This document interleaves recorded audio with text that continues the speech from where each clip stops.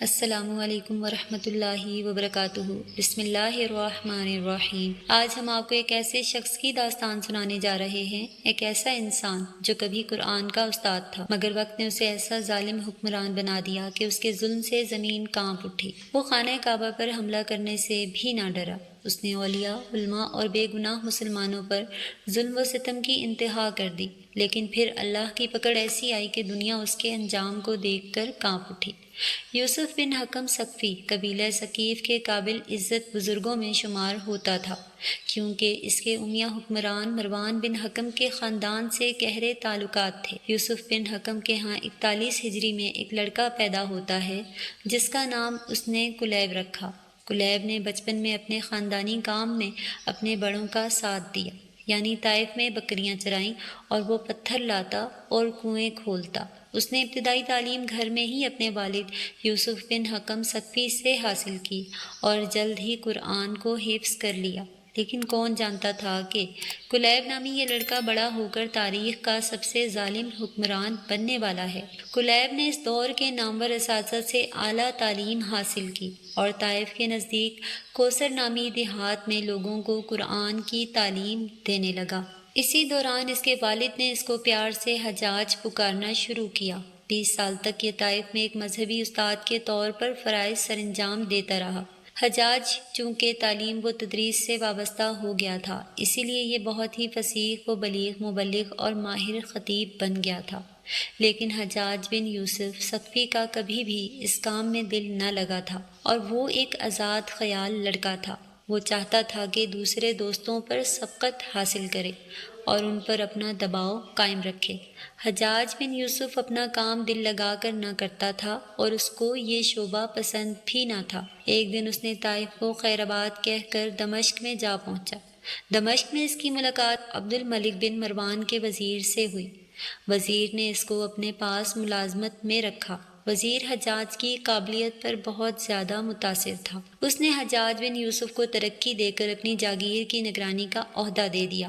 حجاج اپنا کام بہت دل جمی سے کرنے لگا، لیکن وزیر کو ہمیشہ حجاج کی رعایا پر سخت رویہ فکر مند کرتا تھا۔ لیکن لوگوں پر ظلم و ستم کرنے کا نتیجہ یہ ہوا کہ وزیر کی جاگیر نگرانی بڑے اچھے طریقے سے وہ کر رہا تھا۔ اسی دوران عبد الملک بن مروان نے اپنے اسی وزیر سے اپنی فوج کی بے ترتیبی کی شکایت کی، جس پر وزیر نے اپنے ملازم حجاج کا نام پیش کیا کہ وہ فوج میں ترتیب لا سکتا ہے۔ وزیر نے اموی حکمران عبد الملک بن مروان کو اس بات سے آگاہ بھی کیا کہ حجاج بن یوسف سخت مزاج ہے۔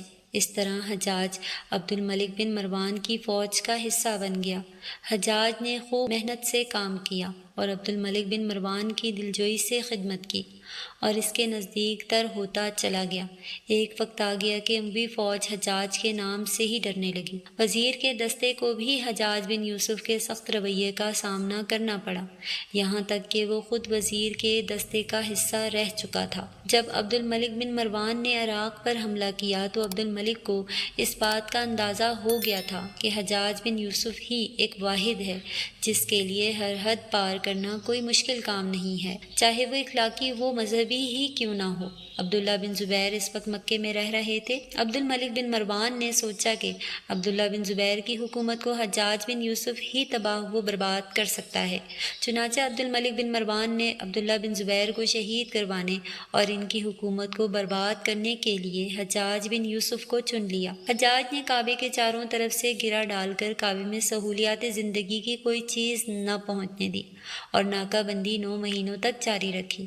جب کوئی شخص خانہ کعبہ کی حرمت کرنے سے انکاری ہوتا تو اس کو قتل کر کے یہ کام خود کرتا، یہاں تک کہ کعبے میں سنگ باری بھی کی گئی اور بڑی چالاکی سے عبداللہ بن زبیر کو شہید کر ڈالا گیا اور ان کی لاش کو مکہ کے بازار میں سولی پر لٹکا دیا گیا۔ پھر حجاج نے سب سے پہلے مسجد الحرام سے جنگی آثار ختم کر دیے۔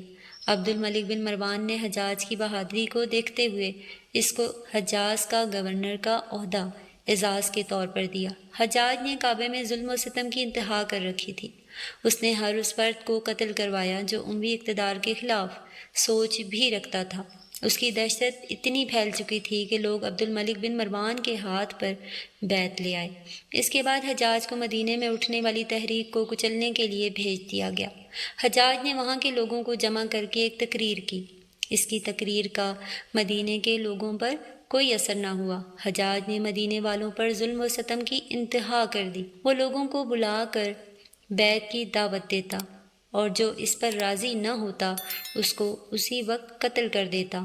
تقریباً 60 دن تک حجاج مدینے کی سرزمین پر خون کی ندیاں بہاتا رہا۔ 2 یا 3 سال حجاز کا حاکم رہنے کے بعد عبد الملک بن مروان نے اسے سودے سے برطرف کیا اور 75 ہجری کے رجب یا رمضان کے مہینے میں تمام تر وسیع اختیارات کے ساتھ اسے عراق کا حاکم بنا دیا۔ حجاز نے اپنے 12 فوجیوں کے ساتھ 1000 میل کا فاصلہ طے کر کے کوفہ پہنچا۔ حجاج اپنے 12 فوجیوں کے ساتھ 1000 میل کا فاصلہ طے کر کے کوفہ پہنچا۔ کوفہ میں پہنچتے ہی اس نے اپنے منہ پر نقاب اوڑھ لیا تاکہ کوفہ کے لوگ اس کو پہچان نہ سکے۔ حجاج بن یوسف کے ساتھ جو 12 لوگ تھے انہوں نے منادی کروا دی کہ سب سقفی مسجد میں جمع ہو جائیں۔ کوفہ کے لوگوں کا رویہ کسی نئے آنے والے افسر کے ساتھ ٹھیک نہیں ہوتا تھا۔ وہ نئے آنے والے افسر کا استقبال شرارتوں اور پتھر اچھال کر کیا کرتے تھے۔ اسی لیے جب یہ لوگ پتھر اٹھاتے مسجد میں پہنچے، حجاج نے جب مجمع میں یہ صورتحال دیکھی تو ممبر پر چڑھ کر اپنے چہرے سے نقاب اتارا اور کہا، لوگو سنو اور ہوش و حواس درست کر کے سنو، تمہاری اس حرکت کی وجہ سے خلیفہ نے تم پر مجھے بھیجا ہے۔ تم منافق، مفسد اور باغی ہو، تم ہر آنے والے کا جینا حرام کرتے ہو، لیکن مجھے تمہاری گردنوں پر پکی فصیلیں نظر آ رہی ہیں۔ اسی لیے اگر کوئی گردن نہیں جھکی تو یاد رکھیے گا، جو نظریں اوپر دیکھیں گی وہ نکال لی جائیں گی اور جو گردنیں نہیں جھکیں گی ان کو کاٹ دیا جائے گا۔ تم سب عبد الملک بن مروان پر بیعت کر لو، ورنہ تم پر ایسے ایسے ظلم کروں گا کہ تمہاری آنے والی نسلیں بھی یاد رکھیں گی۔ حجاج نے حکم جاری کیا کہ جو لوگ محلب بن ابی صفرہ کی فوج سے نکل کر کوفہ آئے ہیں وہ اسی وقت چلے جائیں، ورنہ اس کا انجام بہت برا ہوگا۔ کوفہ کے لوگوں کے دلوں پر حجاج کی اتنی دہشت پھیل گئی کہ انہوں نے ان کے ہاتھ پر بیعت کی۔ حجاج کوفہ سے بصری پہنچا تو اس نے وہاں زبردست تقریریں کر کے لوگوں کو متاثر کیا اور فوج کی تنخواہوں میں کمی کر دی۔ جو بھی فوجی اس کی اپیل کے لیے کھڑا ہوتا تو حجاج اسے ذلیل و خوار کرتا۔ فوجی حجاج بن یوسف سے باغی ہو گئے۔ انہوں نے حجاج کے خیموں کو چاروں طرف سے گھیر کر قتل کرنے کی کوشش کی، لیکن حجاج نے ان میں سے بہت سے لوگوں کو قیمتی ہیرے جواہرات دے کر خرید لیا، جس وجہ سے یہ خطرہ اس پر سے ٹل گیا۔ حجاج نے حضرت انس بن مالک کی شان میں گستاخی کی اور ان کے بیٹے کو بھی قتل کروا ڈالا۔ جب اس بات کا علم عبد الملک بن مروان کو ہوا تو اس نے حجاج کو حضرت انس بن مالک سے معافی مانگنے پر مجبور کیا۔ عراق پر قابو پانے کے بعد عبد الملک بن مروان نے حجاج کو پورے مشرقی مقبوضات کا گورنر مقرر کر دیا۔ حجاج کے مسلمانوں کی وجہ مخالفت یہ بھی تھی کہ اس وقت لوگ تیزی سے اسلام قبول کر رہے تھے اور حجاج کو ڈر تھا کہ کہیں ایسا نہ ہو کہ حکومت کا خزانہ ہی خالی ہو جائے۔ حجاج اپنے اور حکومت کی مخالفت کرنے والوں کو قتل کروا دیتا۔ حجاج کے ظلم و ستم کی انتہا یہاں تک جا پہنچی کہ وہ مردوں عورتوں کو ننگا کر کے بغیر چھت کے کمروں میں بند کر دیتا۔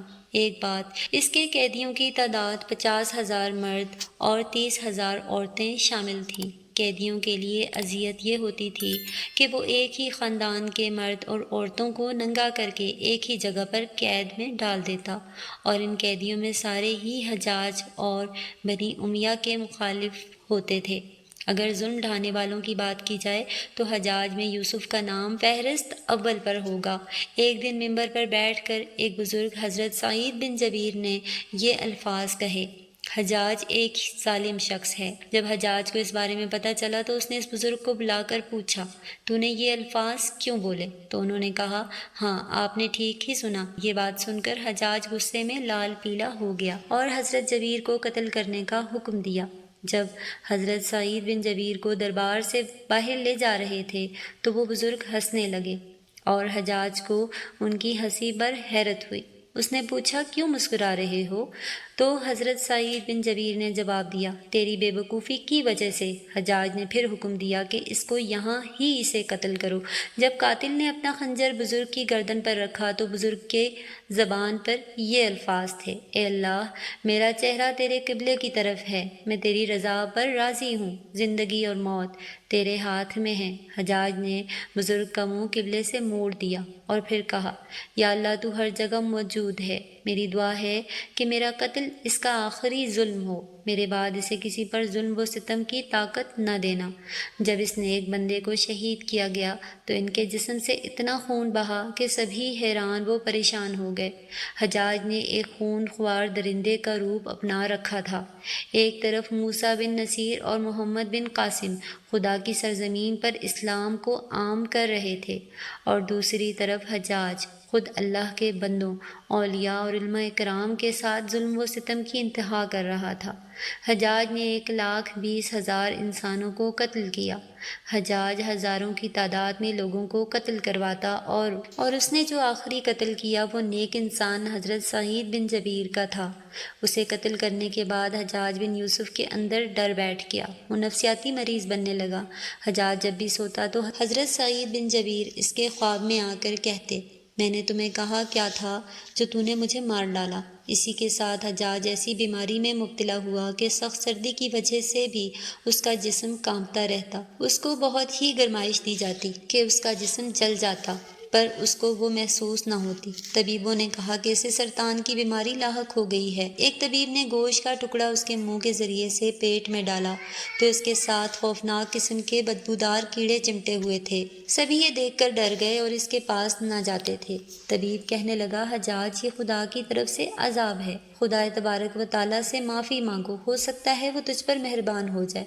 حجاج نے حضرت حسن بصری کو بلوایا اور ان سے دعا کی درخواست کی۔ وہ حجاج کی حالت دیکھ کر رو پڑے اور فرمانے لگے، میں نے تجھے کہا تھا نا کہ خدا کی مخلوق پر ظلم و ستم نہ کر، خدا کی گرفت بہت سخت ہے۔ جب وفات کا وقت قریب آیا تو حجاج نے اپنے عزیز رشتہ داروں کو بلایا اور کہا، جب میں مر جاؤں تو میرا جنازہ رات کے وقت پڑھنا اور قبر کو زمین کے برابر کر دینا تاکہ لوگ پہچان نہ سکیں، کیونکہ مجھے لگتا ہے کہ لوگ مجھے قبر میں بھی نہیں چھوڑیں گے۔ اگلے دن حجاج کا پیٹ پھٹا جس سے اس کی موت واقع ہوگی۔ ناظرین، اللہ تعالی ہمیں ظلم کرنے والوں کے انجام سے عبرت حاصل کرنے کی توفیق عطا فرمائے اور ہمیں ہمیشہ حق، انصاف اور رحم دلی کے راستے پر چلنے والا بنائے۔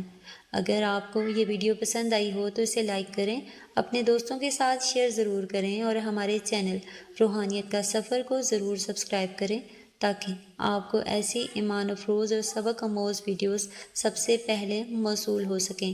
اللہ تعالیٰ آپ سب کو اپنی حفظ و امان میں رکھے، آمین یا رب العالمین۔ ناظرین، کمنٹ باکس میں ایک بار صلی اللہ علیہ وآلہ وسلم ضرور ٹائپ کریں۔ شکریہ، اللہ حافظ۔